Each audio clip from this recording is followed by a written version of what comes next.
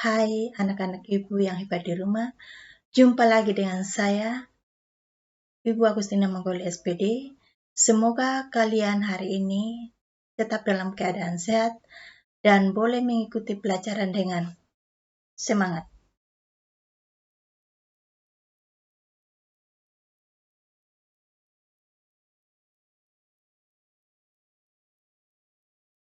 Pelajaran Bahasa Indonesia hari ini pertemuan ketiga kelas 8 semester 2 dengan materi teks ulasan KD 4.12 menyajikan tanggapan tentang kualitas karya dalam kurung film, cerpen, puisi, novel, dan karya sastra daerah dalam bentuk teks ulasan secara lisan dan tulis dengan memperhatikan struktur, unsur kebahasaan atau aspek lisan.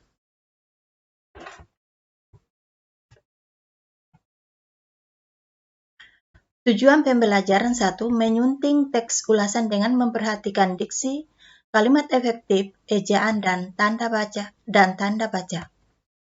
2. Mengurutkan struktur teks ulasan yang acak menjadi struktur teks ulasan yang padu. Penjelasan. Menyunting adalah kegiatan merapikan dan mengubah susunan serta tata letak bahasa yang digunakan dalam naskah, baik dari segi penggunaan diksi yaitu pilihan kata, kalimat efektif, ejaan, serta tanda baca. Diksi. Pengertian diksi adalah pilihan kata yang sesuai dengan tujuan dan maksud isi teks sebagaimana mestinya. Ketidaktepatan diksi yang dipilih dapat dijadikan sebagai objek penyuntingan.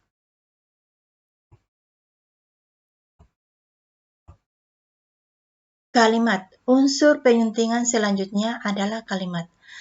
Keefektifan kalimat diperlukan untuk membuat pola pembentukan kalimat dapat disusun sebagaimana mestinya. Ejaan. Unsur penyuntingan berikut ialah ejaan. Ejaan ialah hal yang terdapat dalam tulisan atau wacana secara fisik, seperti penulisan naskah yang diketik seringkali mengalami kesalahan. Contoh kata menyegah yang mestinya ditulis dengan kata mencegah. Tanda baca. Unsur penyuntingan yang terakhir adalah tanda baca. Penggunaan tanda baca dalam sebuah teks sering kali terdapat kesalahan penulisan. Karena itu, tanda baca yang digunakan harus tepat, mulai dari segi fungsi dan peran tanda baca dalam teks itu sendiri. Contoh, penulisan gelar seperti Suhartini.S.Pd. Dalam penulisan gelar tersebut terdapat tanda baca, akan tetapi terjadi kesalahan penulisan titik. Seharusnya tanda baca yang digunakan adalah tanda koma setelah nama orang. Inilah yang perlu diperhatikan saat menyunting. Jadi penulisan yang benar seharusnya ditulis Suhartini, S.Pd. Yang kedua, urutan struktur teks ulasan. Pertemuan minggu lalu telah kita bahas bersama tentang struktur teks ulasan yang dimulai dari identitas, meliputi judul pengarang, penerbit, tahun terbit, tebal, dan ISBN. Kedua, orientasi, yaitu berisi gambaran umum sebuah karya yang diulas. Yang ketiga, sinopsis, yaitu ringkasan yang menggambarkan pemahaman penulis ulasan terhadap isi karya. Yang keempat, analisis, yaitu paparan tentang unsur-unsur yang diulas. Dan yang kelima, berisi kelebihan dan kekurangan karya yang diulas. Serta yang terakhir adalah rekomendasi, yaitu simpulan dan saran pengulas. Contoh menyunting teks.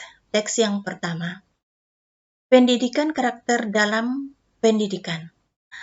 Dalam kurung sikuan, balas kurung, terdapat ruang lingkup pendidikan karakter yang mencakup beberapa hal seperti aktivitas sehari-hari, kegiatan ekstrakurikuler dan pembelajaran di sekolah.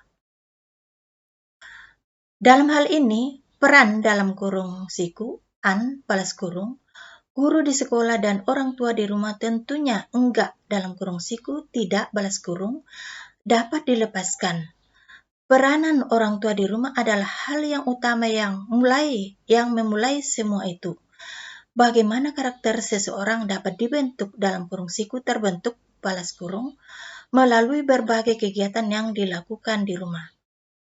Orang tua di rumah dapat melakukan hal sederhana seperti memberi teladan terkait pendidikan yang baik dan benar. Contohnya, anak diajakin dalam kurung siku, diajak balas kurung, beribadah dengan rajin, menerapkan sikap disiplin kepada anak. Kemudian, guru akan mengambil alih peranannya dalam usaha pendidikan karakter untuk anak di sekolah.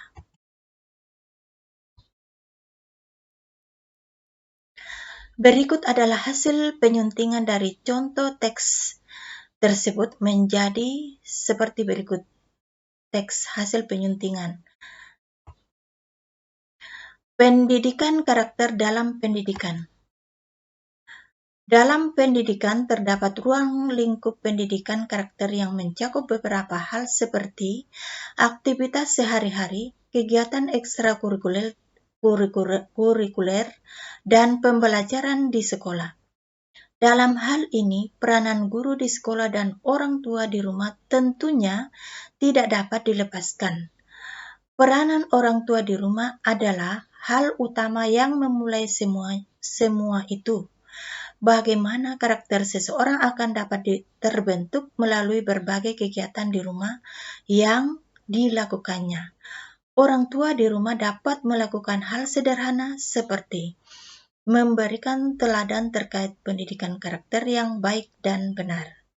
Contohnya, anak diajak beribadah dengan rajin dan menerapkan sikap disiplin.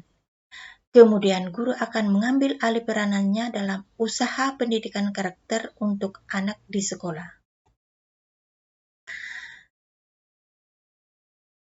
Anak-anak di rumah, demikianlah pembahasan materi pada pertemuan kita hari ini yang meliputi pertama, menyunting teks ulasan terkait diksi, kalimat efektif, ejaan, dan tanda baca.